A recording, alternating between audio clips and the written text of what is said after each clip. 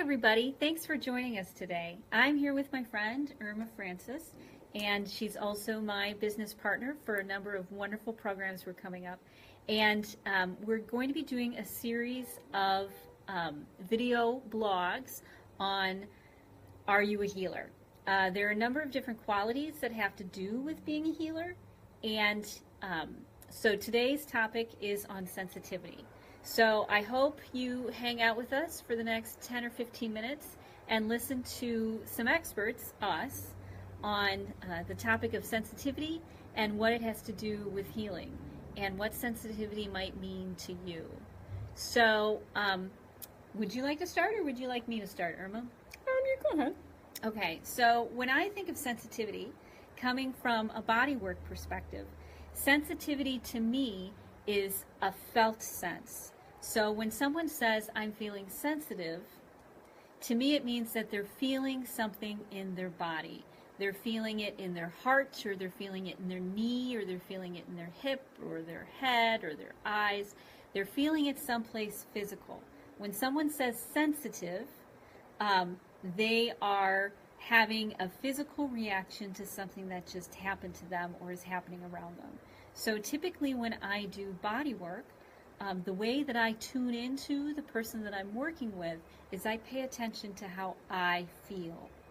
I am sensitive to other people's feelings because I feel them in my body. I'm sensitive to other people's thoughts because I feel them as a reaction in my body. Even if the other person doesn't feel it themselves, they aren't as sensitive. So because they aren't as sensitive to what's going on around them, they might not be considered a healer in the general term that we're talking about. Healers have a higher level of sensitivity for what's going on around them so that they can make rational choices and decisions and help guide a healing session or guide some sort of engagement. They're being the expert. They're standing in the place of knowledge. And they are saying, yes, I will be the one that pays attention to what's going on and help hold a sacred space. If you're not sensitive to what's going on with the person that you're with or the group of people that you're with, you're not being a very good healer. You're not providing the safety and security that you offered when you said, I will be a healer. I will help you heal. So sensitivity many times for me is a felt sense in my body. So if I feel something in my abdomen, for example, I'll say to myself, it seems like this person might be going through a little bit of anxiety. I wonder what I'm touching. I wonder what I'm working with. I wonder if it's something that I said or the music that just came on. What's going on that created this reaction in this person of potential anxiety? And so I'll check in with them. First of all, I'll look for other cues. I'll look to see if their eyes suddenly opened, or I'll look to see if they become restless, or if there's any sort of tension that develops in the part of body that I'm working with. If I'm, working on their hip, or if I'm working on their head, does it suddenly become tense? Do they guard it? So I pay attention to that, and then I will ask them. I'll ask point blank, is this something that's causing you a little bit of anxiety? Because this is what I'm feeling. I'm feeling, a little bit of tension in my stomach, and that tells me you might be feeling some anxiety. What's going on? So sensitivity for me is a very physical, felt sense. That's how I know. I check in with my body. I feel what's going on, and I associate it with something, or at least check in further to make sure that we are going on the path that we wanted to go on. So that's kind of my framework, my definition for sensitivity and healing. But Irma, who comes from a different perspective, has a different viewpoint of sensitivity. So would you mind sharing that with us? Sure, of course. And I think this is great because what's wonderful about the differences in what we do in healing work, it's just two examples, and to me there's many examples of what a healer is, and you don't always necessarily have to be in that line of work. It doesn't have to be your profession. A lot of mothers are just natural healers. Your child falls down and hurts his knee, and you automatically go to your child and and you touch his knee and you hold him and you send him love. To me, that's a big part of just a natural healing that mothers have, and of course, a lot of women just naturally have that gift. And as far as sensitivity goes, for me, it is very, very different. Something I was thinking of as Rita was talking, I was thinking of the TV show The Mentalist, and how sometimes healers can almost seem psychic. Like, how did you know that? Oh my gosh. It has a lot to do for me just being able to read a person's body language, kind of being able to look into their eyes and see what's going on.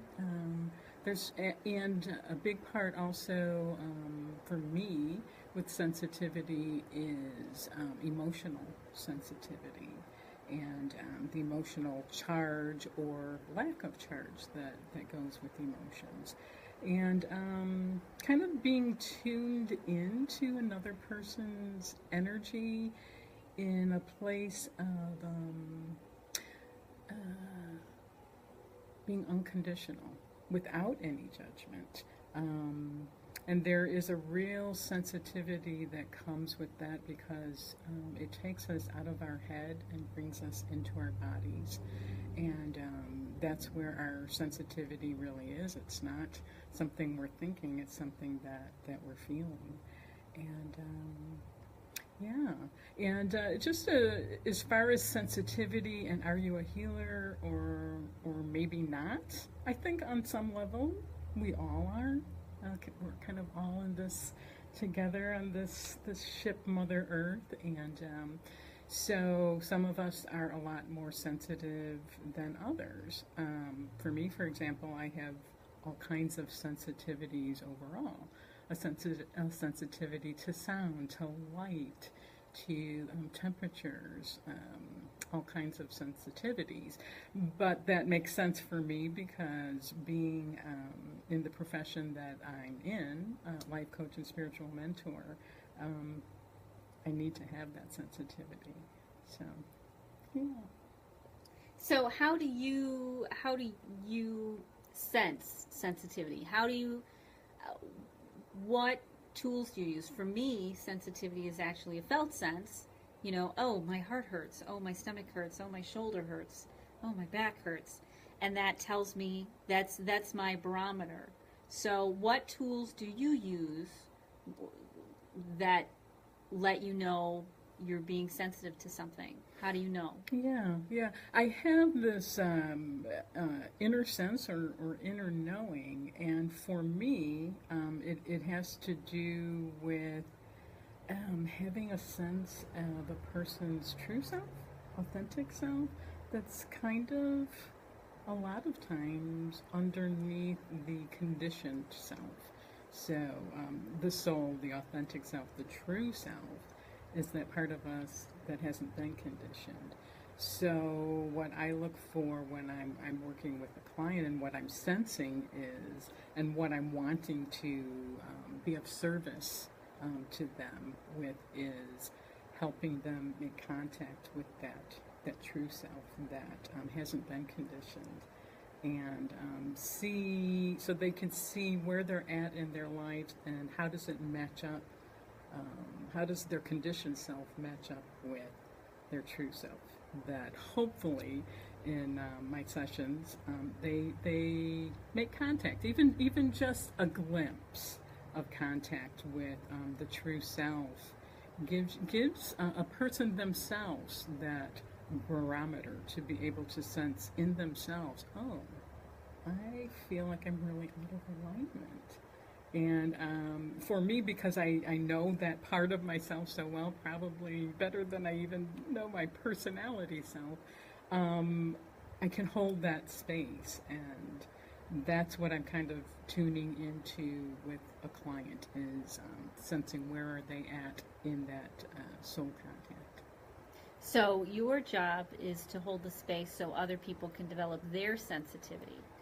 But how does your sensitivity come across to you? Does it come across as a thought? Does it come across as a felt sense on your skin? Is it a light bulb that you feel that happens in your head? How do you know you're being sensitive? Yeah, that's a really good question. And for me, it's a knowing. It's a knowing what's true versus what's right or wrong. So it's more of a knowing, a gnosis, I guess. Yeah, I mean that's what it is for me. So that's kind of my barometer, and it makes me super sensitive to the conditioned world and what I call ego land. It makes me super sensitive to that because I'm coming from that place of heart and soul. So when things aren't in alignment with that, I'm very, very sensitive to that. It's not like I'm paranoid or anything like that, or always in some kind of chaos or anything. It's just a knowingness, and I trust that so much, and I think that's where my sensitivity comes from. Okay, so the fact that you know you're sensitive, you trust the thoughts that come into your head. You trust the things which come up when you're with somebody because you know that you have a sensitivity to that and you read people well, and so it's an innate trust in what you're feeling or what you're thinking, or the ideas or questions or whatnot that come up into your mind. Yeah. Actually, I think it's beyond thought. I think knowing is beyond thought. It's just knowing. And it's hard to pinpoint. Is that a physical sensitivity knowing? Is that an emotional sensitivity knowing? Is that it's hard to target it because it really is. It's beyond thought. Mm-hmm. So it feels like a confidence. It's a confidence that comes up in you that says and feels like, I know this. I know what's going on. Now, some people don't know they're sensitive until they're reacting to something. A lot of people don't realize they're sensitive to their environment, and they judge it, and they're judgmental. They just think that they've got something wrong with them. They think, oh, why do I have issues with this? Why am I crying about this? Why am I angry again?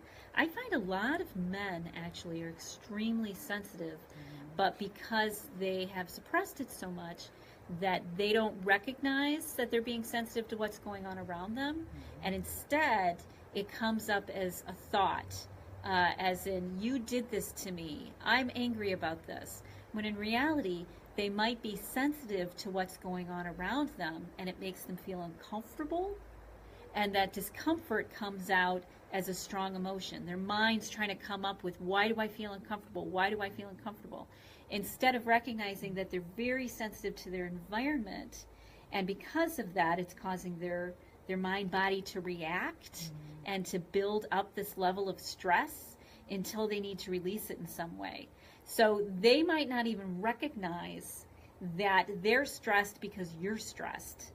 They'll try to come up with some other reason. Oh, I must be stressed because you left this in the middle of the carpet, or I'm stressed because dinner wasn't ready on time.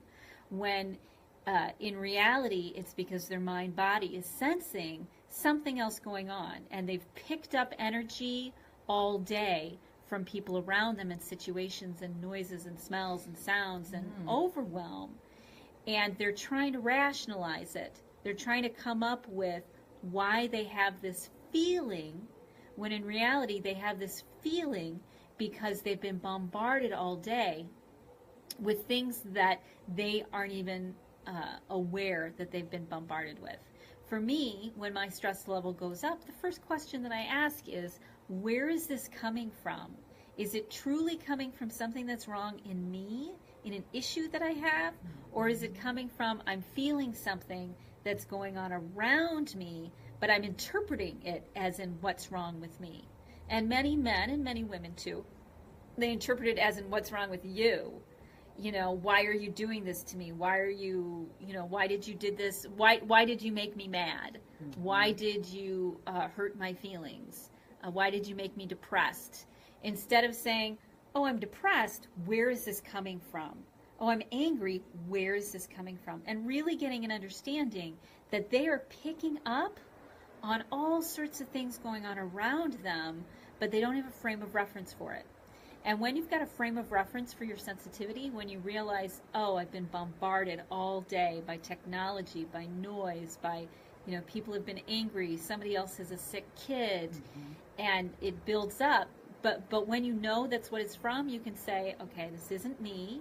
I need to get a break from all of this. I need to shut down. I need to unplug. I need to go for a walk, because this isn't something that's wrong with me. I'm simply being hyper aware and hyper vigilant of my surroundings. Now, what are some things that you have found that increase or decrease your sensitivity? For me, definitely practices like meditation and yoga and focusing on the breath and being mindful. And what mindfulness does, it's kind of this peaceful unfolding from moment to moment, and it keeps me very present. And which really helps. The sensitivity is still there, but it doesn't have any kind of charge or reaction to it. It's kind of like water just rolling off of a duck. It doesn't stick to me. Any external things that, if I wasn't being mindful, might stick, and then I would have a reaction, and then I would be kind of caught up in the environment around me. So it's being able to be mindful, stay present, and in that, the mind isn't in a reactive place of any kind of fear, because most of the time there's nothing happening right in front of us that we need to be afraid of, but our mind can take us there. So as long as we are mindful and present in this unfolding moment to moment, even if we are very, very sensitive, we can still be sensitive, but just not be reactive. Did I answer your question? Probably. So the things which heighten my sensitivity are when I don't take very good care of myself, when I'm dehydrated, when I'm tired, when I've been bombarded by overstimulated, when I haven't filled my well. I actually have a heightened sensitivity to things. And that can be a bonus, but it can also be difficult, because if you don't walk that nice line between sensitive but not so sensitive that it grabs you by the throat and shakes you around like a rag doll, that doesn't work for me anymore. I had a level of sensitivity where anyone else's emotion would knock me over, because it was so physically, it had such a physical response in my body, and I couldn't handle it. And so I'm hypersensitive or hypervigilant when my body or mind are under a certain level of stress. It makes us much more aware and sensitive to our surroundings. And in fact, when people are under levels of stress, they have the ability to pick out, just knowingly, intuitively, the people that will be most helpful to them. It's a very cool thing that it's almost like they can tell which people will be compassionate and which people will make their lives more difficult. And that intuition tells them, because their sensitivity is so strong, it's so wide around them. And so when I'm depleted, I have this joke of, I can feel you in my aura. I can feel someone halfway across the room or someplace else. I can feel them, and it's very uncomfortable for me. So many times I like to dial down my level of sensitivity so that I can still see things, but it doesn't control me like it can.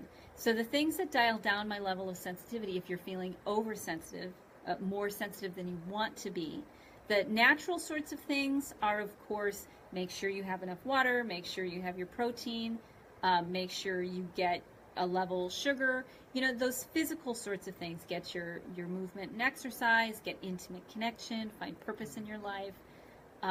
Those are the basic, cosmopolitan, how do you be less stressed? But there are a lot of tricks to be less stressed as well.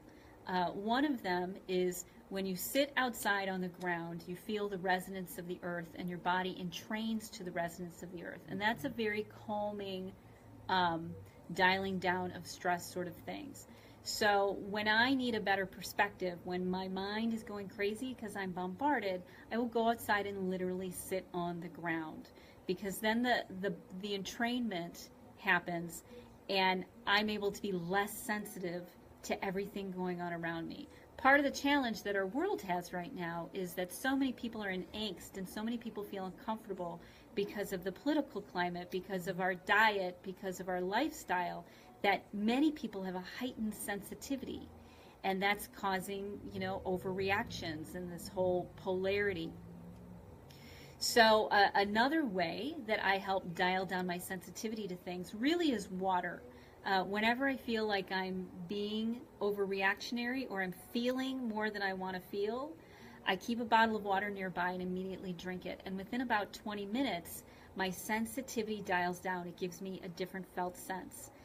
Also, distractions. If I need to feel less because what I'm feeling is too much, I'll do something that makes me feel hot, makes me feel cold. I will taste something, I will smell something, because pleasure travels to the brain faster than pain. And once all the little cell receptors are filled up with, let's say, pleasure, then you aren't conscious of and you don't feel the pain. You don't have the level of sensitivity. So when I want to live the rest of my life and not be oversensitive, I will do things which will distract my body so I don't feel it so much. Now, if I want to be more sensitive, let's say I'm in a healing environment and I really need to be in tune with the person that I'm with, I'll do things which stress my body out. I won't be hydrated. I will be tired, because then I'll be able to feel even the smallest shift in their energy and be able to work with it and move with it. So sensitivity is very manageable. When it's overwhelming, you need to do things which dial down your sensitivity, and that's all the nurturing and the self-care. When you want to be hypersensitive to a situation, do things which stress you out a little bit. Do things which deplete you so that your body is more sensitive. You can really feel when the energy shifts. You can really know. And I think that's how a lot of people get into healing professions in the first place. Things that happened and they had an oversensitivity and they didn't know how to handle it, but they could feel everything going on around them. And especially with children these days, if they don't have the diets, if they don't have the hydration, if they don't have the connection and the nurturing, they are going to have a hypervigilance and a hypersensitivity to their whole environment, and it's going to make them feel crazy. Part of what we can do as a healer is to teach these people who are more sensitive how to manage it, how to dial it down with distraction, with nurturing and self-care, with information, because the more you understand a situation, the easier it is to detach, because then you don't take it personally. For me, I recently had a situation where I realized someone was dealing with an issue, but they were blaming me. And they would transfer it to me. It's my fault. When I realized that they had a chemical imbalance, that what they were struggling with was truly theirs. It had nothing to do with me. I was able to care and be present and have that detachment. Many people say, well, you just need to detach and you won't be so sensitive. But they don't teach you how to detach. They don't teach you how to have that little bit of a buffer so that someone else's energy doesn't completely knock you on your butt. And so, I make sure I understand a situation. I look for what are the causes, what are the reasons, so that I can say this isn't about me. And as soon as it's not about me, which is what Irma was talking about earlier, as soon as I recognize it's not about me, then I don't feel it so much. My body sends out a natural, let's say, barrier that says, okay, this is happening, but you don't have to plug into it. You don't have to add to the stress.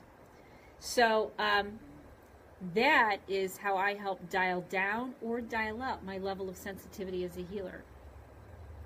So does anybody have any questions for us? If you do, feel free to post some, and we'll be happy to answer them. We're only going to be on for a few more minutes, so if you have one, please mention it, and we'd be happy to answer it.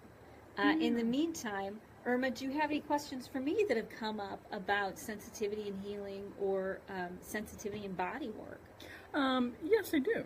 Okay. I just wanted to add one thing for our sensitive, maybe healers out there, how important nature is. And if you're feeling stressed, making contact with nature and letting nature love you in its unconditional way, and to not judge yourself and get in contact with that innate wisdom that we all have, because we're like instruments for each other.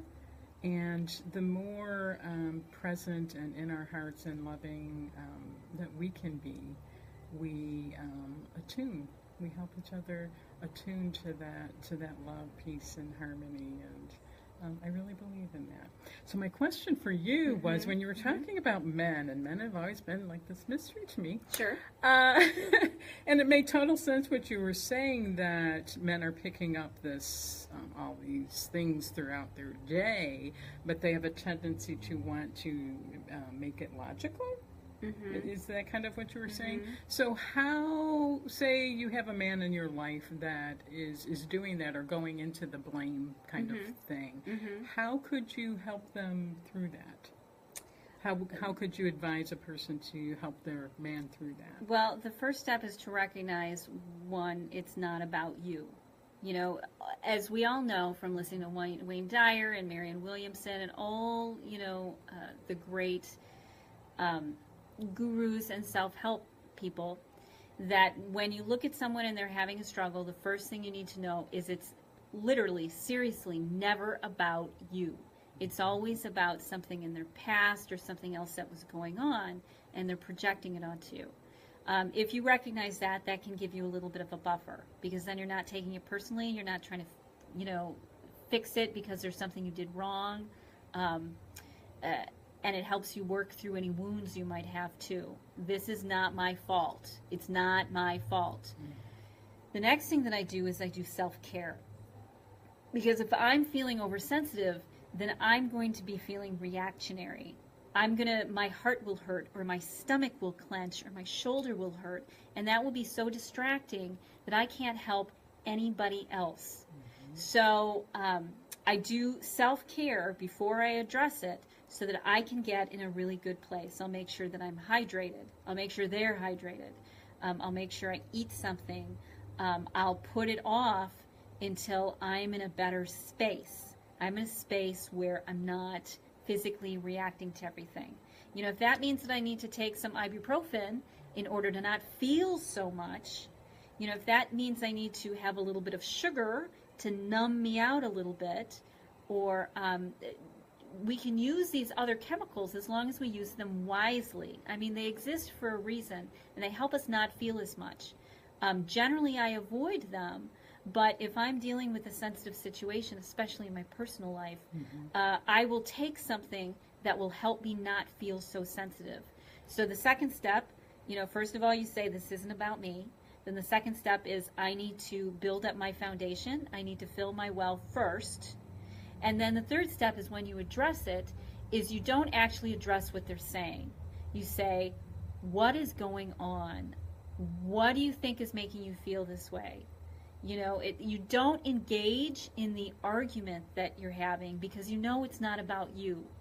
So instead, you bring it back to what's really going on, and you say, what happened today that's causing you to be like this? That's causing you to be angry at me because I haven't done anything that would cause this. And even if I have, this isn't a good way to handle it. So there must be more going on.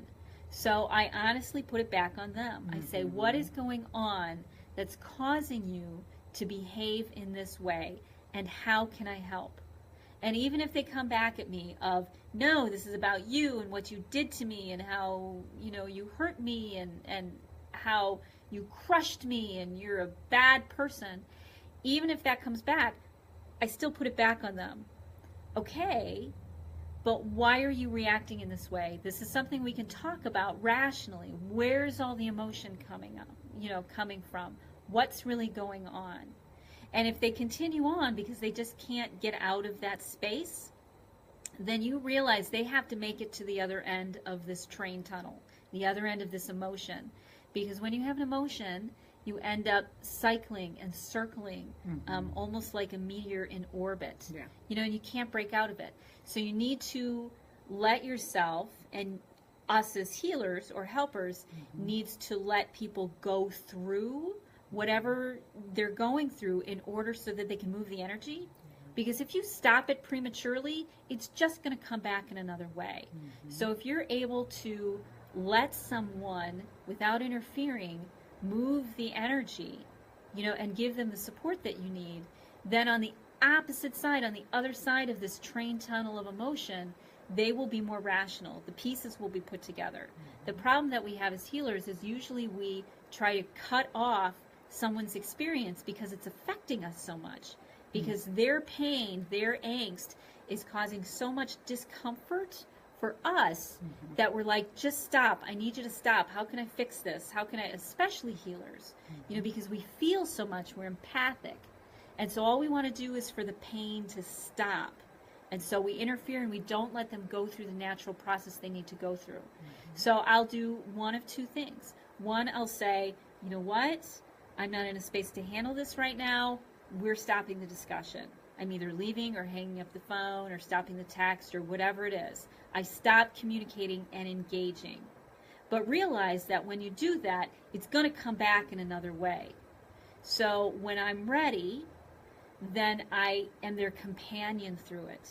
I'll listen to what they need to say. If they need to blame me, if they need to point fingers, if they need to try to bring up past issues and past hurts that they have and create it into something, I know it's not about me. I know it's about the space that they're in. And I put myself in a good grounded space so I can listen and I can be like, all right, thank you for telling me, but what's going on that's causing you to react in such a dramatic way? Because as a good friend of mine said recently, what we have are first world problems. They are not third world problems. So in a first world problem, we are really not in danger. Yeah. We're overreacting to something that we're perceiving. And so my question always is, when I'm in that good space, what is really going on? How can I help you through this? And every time they may throw something at me, you did this, you did that, you did the other thing, and I can't believe you did this, and you're this, and you're that. I don't address that. What I address is, thank you for telling me how you feel, but why are you reacting like this? Why is this your response to this situation? Because this is not a crisis. Really, in the big picture, this isn't a crisis. So what's causing you to react this way, and how can I help? The fourth thing that I do is I hand them a bottle of water, and I hand them a snack. Because a lot of times people, as I said, your sensitivity is dialed up when your physical needs aren't met. And so for a lot of people, it's called hangry. You're angry because you're hungry. So if I'm in a good space where I'm not overreacting to what somebody else is throwing at me, I'll offer them a snack. I'll offer them a glass of water or a bottle of water. I'll bring it to them. I'll put it next to them. Because once that need is met, then it gets dialed down. Sometimes we don't need to take someone else's drama as like, this is a real crisis. Oh my gosh, they're saying that I did this to them. Wait, stop. Their mind is trying to come up with a reason why they don't feel good, but the real reason might be is because they haven't been doing any self-care. And because they haven't been doing any self-care, they're oversensitive, they're overstressed, and they're throwing it at you, like you're a garbage can or something else. And so the fourth thing, as I said, when I'm in a good place, I'll bring them something to eat. I'll bring them something to drink. If it's cold, I'll bring them a blanket. Anything that I can do to help relieve the discomfort that they're feeling because they didn't take good care of themselves. Mm-hmm. So get yourself in a good space, and when you can be in a good space, then you can actually help somebody find insight and understanding. And if you help them connect, oh, I'm behaving this way and overreacting because I'm hungry. Mm-hmm. If you can help them connect that, then eventually, after like 7 to 10 times of doing that, they go, oh, I'm not going to blow up at this person. I must be hungry. They start to make the connection themselves, and your relationship gets better because now they're self-monitoring because you help them make that connection.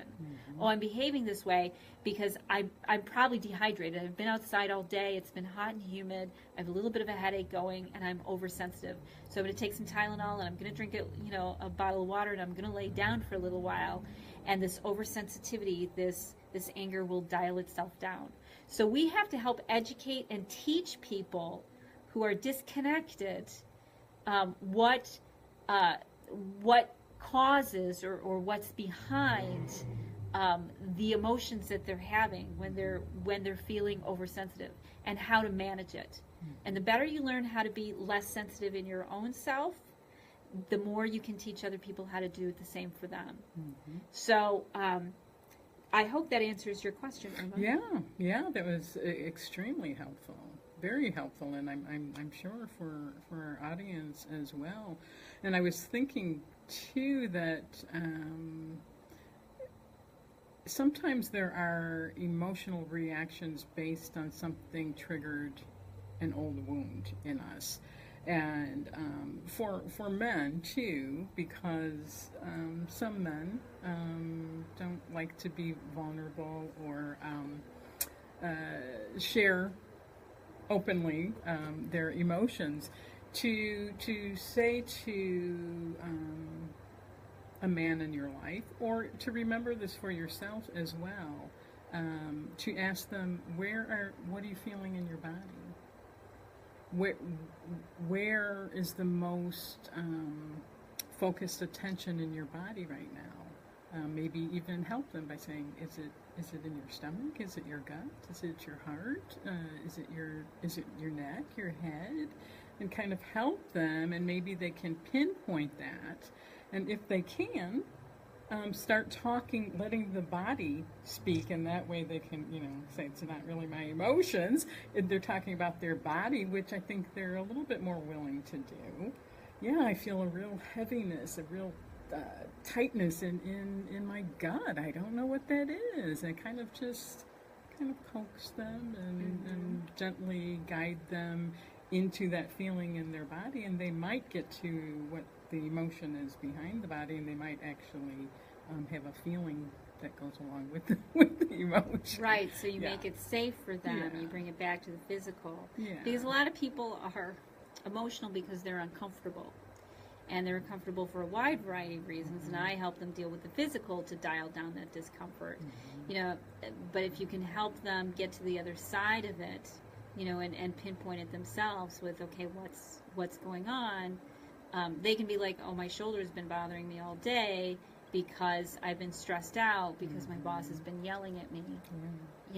It helps give a little bit of detachment when you can put it in a physical sense versus, wow, what's wrong with you? Clearly, you have issues. Yeah, right.